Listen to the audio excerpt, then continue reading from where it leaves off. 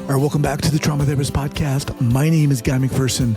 My mission is to help trauma therapists be their incredible selves, to be human, to be real, not just a clinician. I'm a big believer in who we are is more important than what we know. And this requires cultivating authenticity, genuineness, and vulnerability, and that requires intention. You can learn more about my courses and workshops by going to thetraumatherapistproject.com. That's thetraumatherapistproject.com. Let's get started. So 5, 4, 3, 2, and 1. All right, folks, welcome back to the podcast. Very excited to have as my guest today, Dr. Ken Benau. Ken, welcome. Well, thank you very much. I'm happy to be here. Awesome. So Ken is a licensed clinical psychologist since 1990 with private practice in the San Francisco Bay Area. His practice includes individual, couple, and family therapy, clinical consultation, and professional training. For over 40 years, Dr. Benau has worked with children and adults with various learning and developmental differences in inpatient, outpatient, and school settings. He has a particular interest in and expertise in shame and pride-informed psychotherapy with survivors of relational trauma, working from an integrative perspective that incorporates psychodynamic, experiential, and somatic approaches, among others. Dr. Benau's well-received book, Shame, Pride, and Relational Trauma, Concepts in Psychotherapy, was published in March 2022. Welcome to the podcast. Thank you very much. Happy to be here. So before we get going here, Ken, where are you from originally and where are you currently? I grew up in New Jersey, not too far outside of New York City. And I currently live in the San Francisco Bay Area and have for many years. I did an pre-doctoral internship out here in 1986, 87. So it's been a while. And you stayed? I stayed. Although it's funny, you come back from the East, you still feel like you're still kind of getting used to being here, but I stayed. Yeah. Awesome. All right. So how the heck did you get into this field? Let's start there. This is kind of funny. When I was 8 years old, I decided I was going to be a psychiatrist. Don't ask me how. I had an uncle who was a great uncle who was a psychiatrist and psychoanalyst. So I thought it meant helping people. And I always kind of took to looking after, trying to help out the kids in the classroom that were not necessarily mistreated, but just sort of not kind of neglected, not attended to as much. But in terms of my work years and years ago, even before I was in graduate school, I worked with kids on the autism spectrum and ended up doing a lot of work with kids with severe emotional behavior problems, including ending up as a clinical director of a special ed school serving kids like that. That was before graduate school. Before graduate school was some work with the autism, volunteer, then in a residential treatment center, and then afterwards working as well. And in terms of a trauma therapist, I was thinking about this. So I had worked with kids many of whom had significant trauma, although I don't think I conceptualized it that way. They were just the kids I worked with and wanted to figure out how to help. It was really more like that. But then more than 10 years, maybe 10 or 12 years into my work, I was working with an adult who I describe in my book some. Her name was Laura. And we had a great rapport, and she wanted to continue to work with me, and I wanted to continue to work with her. And she had history of abuse and a pretty significant emotional, psychological neglect. And I didn't know how to work with the trauma part of it. And I realized I didn't. I realized there was a huge gap in my work. And while I initially referred her to EMDR while we still worked, she basically wanted to continue to work with me. So I had to learn. So she basically sent me back to training. So I did some work, some initial training, just the initial coursework in EMDR. I got some training in sensory motor psychotherapy, some other somatic approaches, ADP, which is an experiential approach, attachment focused. So different things along the way. Currently, I'm getting some training, what's called DBR, deep brain reorienting. So I've had things along the way, but it was quite a good bit into my work before I actually said, okay, I need to learn about trauma. So I want to jump back. So you said when you were really young, you had an uncle who was a psychiatrist, but as you got through high school, were you still thinking about become a psychiatrist, or had that? I had always had it in mind. Yeah, well, it wasn't psychiatrist, became psychologist, but always I had it in mind. In college, I studied English American literature and history. But it never left my desire to work, in some kind of psychotherapy capacity. And actually, when I was in college studying, I took every psychology of course, psychology of literature, psychology of history. So I was taking a psychology of literature course, and they had us read Freud's interpretation of dreams. So my friend and I, when we were traveling through Europe on a train, he was great with remembering dreams, and I was interpreting dreams. So I would read my book, and then I became a pseudo interpreter of dreams. Aside from this relative of yours, what do you think it was about you that drew you to doing this? I think I'm a pretty sensitive and empathic person.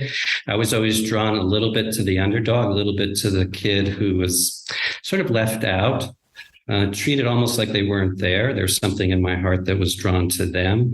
I always loved working with kids. I'm kind of playful and childlike in nature when I'm not, being a serious psychotherapist. So, I just was drawn to people who needed some help in some way, some care. Right. When I was in college and I studied literature, it was that year I decided I'm going back to studying and becoming a psychologist. And then when I graduated, I worked with kids in a residential treatment center. And these were a lot of kids, significant difficulties developmentally and as well as psychologically. And some of the kids I remember, they said you couldn't work with, but when you're naive and you don't know anything, you just assume you're going to try. And, so that was. Well, let's kind of pause there for a second, because I'm curious about your experience walking in there and working with these kids, having had very little experience, correct? Very little. Yeah. Okay. Other than I loved kids. Okay. So, let's dial in. What was that experience like for you? I loved it. These kids were extremely vulnerable. Some had, what was then called mental retardation, but now called developmental delays. Not all of them, but many of them were not really wanted. In some cases, not always by family members. Sometimes they were. I just loved them. I was drawn to them. I enjoyed hanging out with them, playing with them, connecting with them. And there was one boy who was sort of my favorite. And I wasn't a psychologist. This was before I went to graduate school, but there was a psychologist that was assigned to the residential unit that I was part of. And he said, "Do you want to work with this kid in therapy?" I'm like, "Are you sure?" And he said, "Yeah." So he was sort of supervising me, and I did play therapy with this boy who was, he was psychotic, really, but we connected. And I remember once he would be sort of look like he wasn't processing anything I was saying. Right. But I would say things, he had a lot of losses in relation to his family, and it was very painful for him when people left, staff coming and going. And I would say things to him like, "It's so hard when people leave." I would say this and as if he didn't hear anything. I had no idea. And then at some point after a session, he walks out, he sees a friend from the unit, and this boy is crying because his psychologist, the therapist, is leaving. And he pats him on the back and he says, "It's hard when people leave." So people you get things when you have no idea things are being received and processed. What's interesting is, so that was before you went to graduate school. That was before. That was just before. So after you got out of graduate school, I'm curious about, where were you working after you got out of graduate school? I was working in what's called a day treatment program. It was a school-based setting. Okay. And I was also working in a different outpatient clinic. The outpatient clinic was more psychoanalytic, psychodynamically oriented. And the school-based setting was just, rough and tumble, kids from all over, kids who were not making it in the school system and some who'd gotten in trouble with the law, some who just had significant learning and emotional problems. So I did that for a little bit. And I ended up then in a setting, it was a comprehensive setting. So it had a school setting and it had outpatient therapy. and testing and all that. Initially, I was doing therapy and testing, but they had a school for kids with special needs. And they used to have what they call mild kids with learning issues, but not behavioral problems. And they started having kids more and more behavioral problems. And they asked me to become the clinical director of that program. And so I did that for a good 6+ years before I went into a kind of full-time private practice, mostly initially with kids, later with adults.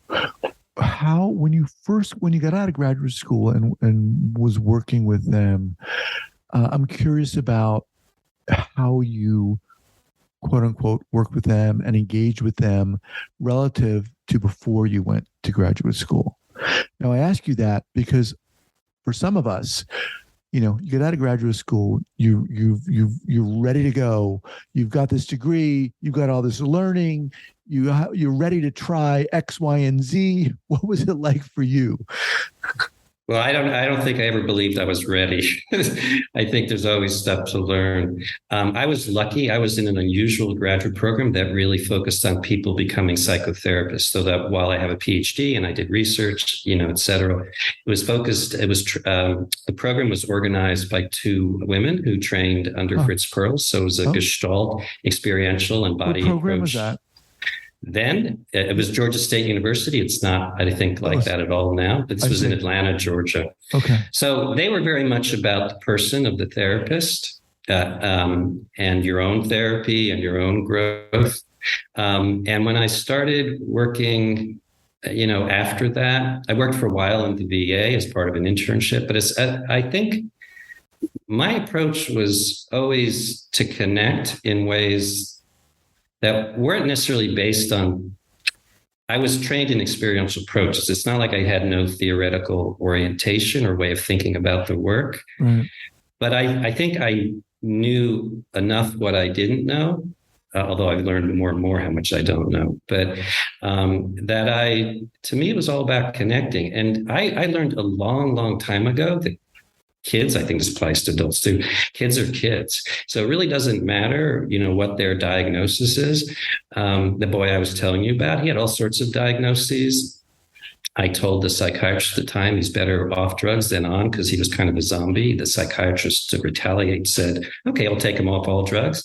And we could work with him better. Wow. So I sort of go with the assumption that you can connect and find a way. I've worked with kids who were developmentally delayed, very low IQ. Someone said you have to do skills training. You can't do psychotherapy.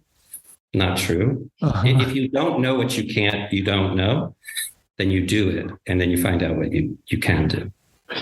Talk about, let me just remind everyone, I'm speaking with Dr. Ken Benau. The book is called Shame, Pride, and Relational Trauma, Concepts in Psychotherapy. How did this book come about? No one writes a book about shame or articles about shame without having lived it, as well as wanted to learn to help others with it. So I have a certain kind of sensitivity and introversion and empathy that I think makes me somewhat, quote, shame prone. Mm. And I also learned in my own therapy that I was experiencing shame without knowing it. So I had been in therapy for many years, different kinds of therapy, including psychoanalytic therapy. And I worked with someone whose approach is now called coherence therapy. And it was there that I discovered I was living with shame. I had no idea. I thought I was sad or get a little teary, and I didn't know why. In retrospect, I understand it as that I wasn't really being true to myself, which is a form of adaptive shame. I call it good enough me shame. So it's like when you're not being true to your own values. Mm-hmm. So I would feel that. I would feel the kind of sadness, like a hurt, like I was somehow hurting myself. And but I didn't know that was shame. And then through the work in the therapy, I learned more and more that there were lots of different forms of shame that I was living with, some that I would call more traumatic as opposed to shame as an emotion. Okay. Wow. You're saying a lot of great stuff here, and I want to make sure we catch it here. Before we move forward here, how do you define shame? Shame is about valuation or devaluation. It's about a sense of self. it's about a sense of self in relation to other. And if you follow it, it's actually self in relation to other, in relation to self, in relation to other. So it's almost like a dark hall of mirrors where you're reflecting back your own experience of yourself and others' experience of you. And it's always about a sense of the whole person, whereas guilt tends to be about an action. I regret doing something. And adaptive guilt would be, I regret doing something that hurt you and I want to make a repair. Shame is about the whole self. So rather than I did something I regret or did something bad, it's I am bad, I am worthless, I am unlovable, I am disgusting, I am anything that is encompassing the whole person. So metaphorically, I think of it as like a solar eclipse where SOUL is being eclipsed, whereas the guilt is more like a dark spot on the moon. I'm just writing that down here. Solar, SOUL, eclipse. And then you talked about adaptive shame. Say more about that. Yeah, so everyone writes about shame in lots of different ways. So one way to think about shame is to divide it into adaptive and maladaptive forms. Most of the forms that I read about are maladaptive.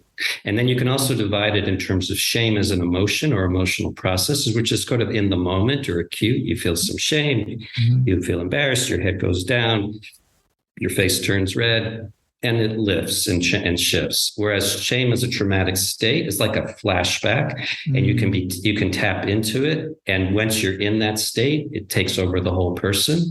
And when the person speaks from that place,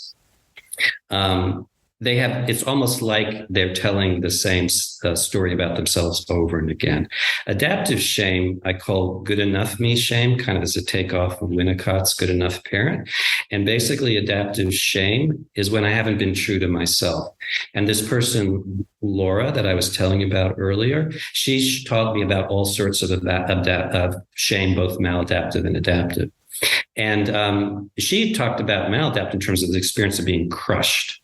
But her adaptive shame was more like, that's not how I want to be in the world. That's not who I am. That's not how I want to represent. So rather than feeling guilty like I hurt someone else, it's like I hurt myself and I'm not being congruent with my own. So it sounds like there's, with adaptive shame, one has a sense of maybe ownership or authority over it, an ability to modulate it and to work with it. That's exactly right. It's more regulated, whereas the traumatic, what Judith Herman, the traumatologist, called shame states or traumatic shame states, those are highly dysregulated. So I can feel the pain of shame in a good enough me, an adaptive shame, and I can kind of what I call self-right, RIGHT. I'm self-righting. I'm kind of like, that's not how I want to be. I want to be more like this. So that's fair. That's quite well regulated. And it's important as a therapist to know that, because you don't want to, quote, cure someone of that. You want to sort of validate it. Like, yeah, that is something to feel some shame about, not like you should be ashamed of yourself. And then work with that. The kind of shame people struggle with as a therapist is the traumatic forms of shame. Those are the hardest, because you'd be working with someone who has qualities like this person, Laura, I was telling you about. If you met them, you say, that's a really kind person. That's a sensitive person, very smart, very professionally successful, had a good marriage, but they felt terrible about themselves. And it didn't kind of jive. It didn't make sense. And it wasn't like I could talk them out of it or say, hey, what about this quality or that quality? None of it made a difference. And it had a kind of this quality of a kind of virulence, like it's chronic, it's not changing. And it's that kind of shame that people struggle with. It's that kind of shame that people go to workshops to learn about, or hopefully read my book or books like it, because that doesn't change without understanding trauma and working with trauma and understanding this kind of shame. And there's two forms of that kind of shame, two forms that I call, this is just how I slice the pie. I don't believe this is reality. I think it's just how I organize the world.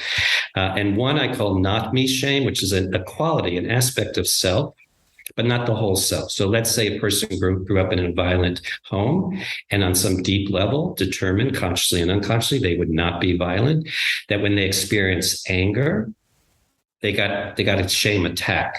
Not always conscious, sometimes conscious. So they would dissociate unconsciously from their anger because it was so associated with violence or abuse. There's another form of shame that I call know-me shame, which is like a shame. Someone else who wrote a wonderful article about this, his last name was Willie, W-I-L-L-E. He called it the shame of existing. So these are people often who experience not just abuse, often profound neglect. And neglect, I don't mean necessarily like they didn't have food to eat or shelter. I'm talking about they were failed to be recognized, to be seen, to be validated, to be noticed, to be felt.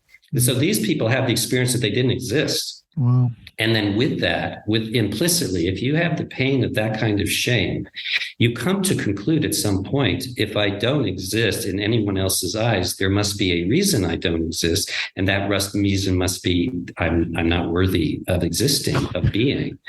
Okay. Now, no one necessarily has to tell you that for you to have that experience, but that's the most profound form of shame that I would refer to. Wow. I mean, as you were describing those qualities, my heart sunk. I mean, it just sounds so intense. Yes. So does you talk about in the bio I read your interest in interpersonal trauma. So does this type of intense shame often follow with it from interpersonal trauma? Well, the always, in my view. Always. Yeah. I mean, there's trauma of all sorts, right? A car accident. Right. But that's not relational trauma. Right. Relational trauma is a term that Alan Shore coined. And it's always about relationship with others. But it's also interrelations, about self with aspects of self. But yes, in my view, the kinds of trauma I'm talking about is always relational. But it's complicated because when you think about shame, you tend to think about someone shaming another. You little so-and-so, I can't believe it. You're disgusting. Get out of my face. You're worthless. You're just like so-and-so, et cetera. Okay. And so this is what I would call overt, active presence shaming. And that definitely occurs for many people. And by the way, these different subtypes that I'm referring to, you can have all of them. It's not like you say, well, I just have this versus that. But then there's the shame of that I was referring to earlier, which is the shame of not being responded to. Mm-hmm. Okay. The person I was mentioning, Laura, experienced all these different kinds of shame. And one form that she experienced, the know-me shame, was that she described growing up, her mother, who you sense in retrospect must have been highly dissociated or possibly psychotic or both. And she, my patient, had the experience of being looked through as if she wasn't there. Okay. And it wasn't just her experience or memory as a child, because as an adult, married, her husband met the mother, same experience. Mm-hmm. Okay. And this person loved to fly planes. And in part came to therapy because they were quite anxious about flying planes. Are you talking about Laura? Laura, yeah. Okay. Because they had this, it's kind of hard to describe it. It's the fantasy, but it's more visceral than that. And they had this fear that as though they would walk off the wing of a plane and drop. And I thought, oh, you mean drop to your death? No, cease to be. Mm-hmm. So that experience that they were describing in that way, I realized only years later. I didn't really understand. I mean, I understood what they were saying, kind of, but I only years later recognized that was their experience, as if they ceased to be, right? They were, and now they're no longer, right? So they couldn't count on a sense of self in a reliable way. Mm-hmm. So that's some of how, you kind of along the way, you sort of like, what's that? And then years later, you kind of keep working it and try to understand. I mean, with the understanding that everyone is different and each client is different, of course, how do you begin to conceptualize working with someone like this? Well, two things I want to. Yeah, right. Well, you do like anyone, right? You're there to get to know them and them to get to know you. At the same time, I'm at this point, I have like a censor up for things related to shame because no one comes to therapy. I have never met anyone comes to therapy says I'm here. Well, maybe now that they've seen about the book, they say, "Oh, I get help with shame," but people don't come to therapy for shame. Right. They come to therapy for anxiety. They come to therapy for depression. They come to therapy because they get angry or have relationship problems. But I'm always listening without trying to for things that reflect things related to shame. Mm-hmm. I feel bad about myself. I feel inadequate. I never feel like I'm measuring up. Oh, he or she can, but I can't. So there are these, or you just see them kind of drop into a state non-verbally without saying it. So I'm always listening for language that reflects that so that I can, as soon as possible, name it. Some people say don't name shame because that would be shaming. My view, it's like saying, don't name if someone's suicidal, don't name that they're suicidal. The opposite is true. It helps actually to have a way to think about it, step back from it just a little, right? Because when you're in a kind of relational trauma shame state, it's so chronic. You don't take it as anything other than fact, right? I'm lazy. Well, you look at how hard they work and in their jobs and as a parent, I'm lazy. I'm a scaredy cat. Well, they've done some really fierce, courageous things in their lives, just in terms of challenging work. So you get these discrepancies and that kind of captures your attention. The other side of it I want to be sure we talk about is pride. Most people in psychotherapy don't talk about pride. And if they do, they don't use that word. They might talk about narcissism, right? The sort of maladaptive pride, hubris, arrogance, pathological narcissism. But there's also adaptive pride. Pierre Genet writes about adaptive pride in his way when he talks about acts of triumph, where you struggle to work through traumatic experience and you come through the other side and there's a sense of I did it. That's an adaptive form of pride. And along the way, as I was trying to understand shame in relation to pride, I looked up, I'm an English major. That's what I was trained initially. Way before psychology, I was an English major. So I love words, always love words and word origin. So I looked up the word proud. I want to know what the word origin of proud was. The earliest root of proud is spelled prodesse, I guess, Prodesse. Okay, it's a Latin form. PROD means for, FOR. ESSE means to be or being, right? So I thought for being. Okay, so it's not the pride of I accomplished something. Mm-hmm. This is the pride of being. It's the opposite of no being. Mm-hmm. This is the pride of being. So when I work with someone, I'm always, and this is part of my training in graduate school, which was always, it was the humanistic approach. So it's always in terms of growth, not just in terms of pathology. So when I'm listening to someone, I'm listening for who they uniquely are. Now, that could be just how they turn their head. It could be something they throw offhand, like kids, a lot of kids or young adults, they love video games. I'm not a fan. But if I'm smart, I say, what video game do you like and why? It's not what you think. It's almost never the shoot 'em up games. One person might be really interested in fantasy because they got a sense of themselves through that fantasy experience. Other people like to build, very creative. They like to build. So I'm looking for the essence of a person. And that's how I came up with the term pro being pride. It's a form of aliveness. And when the person can access their pro being, that's the most powerful antidote to shame, including the traumatic shame states. Wow.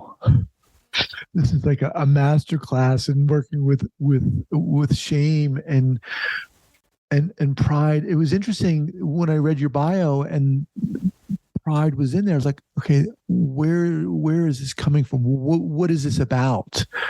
Yeah. So before I was in graduate school, I abhorred pathologizing.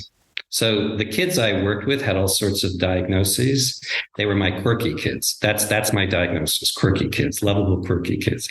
So even in graduate school, when I had to take diagnosis, right, DSM, I was like wanting to figure out any other way to talk about people other than diagnosis.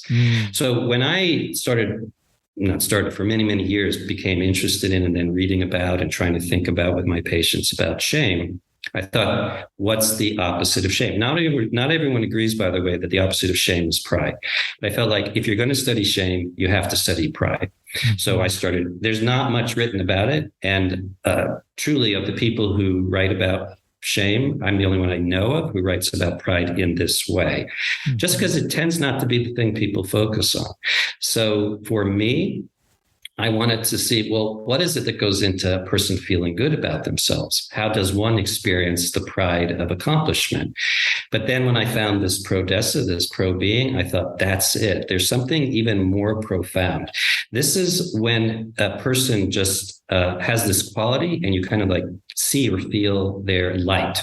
Okay, I don't know how else to describe it, where you feel their energy. And when I'm in contact with their pro-being, I'm in contact with my own. And I feel it energetically. I feel it tingling sensations, usually in my arms. And it's not uncommon that when I'm having this sensation, the client will say spontaneously, I'm getting this tingling sensation, or I'm feeling my chest opening up, and not in a kind of, bravado kind of way, just in a kind of expansive way. And sometimes they feel a sense of oneness, a sense of greater integration with themselves or the world. And in my book, I document verbatim transcripts of sessions where they begin in traumatic shame states and they move through different processes and they end up with this experience of pro-being pride and sometimes in this experience of kind of what they call unitive consciousness, kind of like a oneness with themselves and the world. Wow. So I don't know if that answered your question. It does. And I mean, I think we can go on. I certainly can go on for a long time here. I just want to be mindful of the time here. The book again by Dr. Benau is called Shame, Pride, and Relational Trauma, Concepts and Psychotherapy. Who's the book for, Ken? It's mostly for therapists. It's mostly for trauma therapists. I've had surprisingly some quote unquote lay people say they found it really helpful.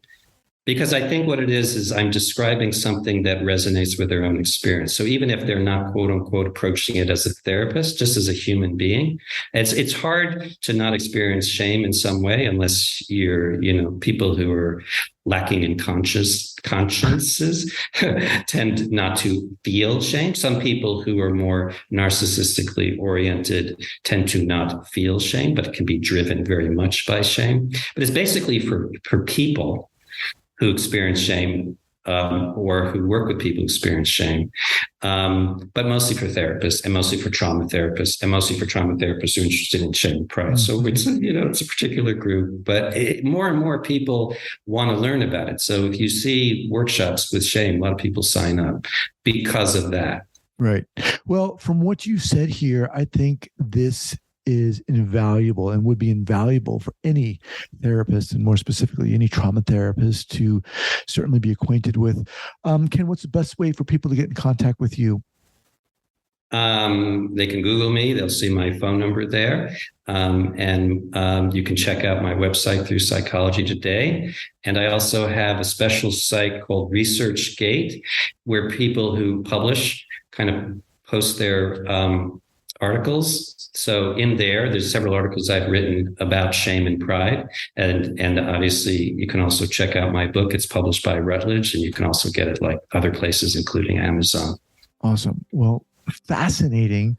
And I have to say, I think you're the first person in all the interviews I've done who really kind of dialed in and got this specific about shame, let alone shame and pride. Awesome. So glad you're here. Love to have you back at a later date. Thank you so much for being here, Ken. Thank you. Thanks for inviting me. It's been a pleasure. Take care.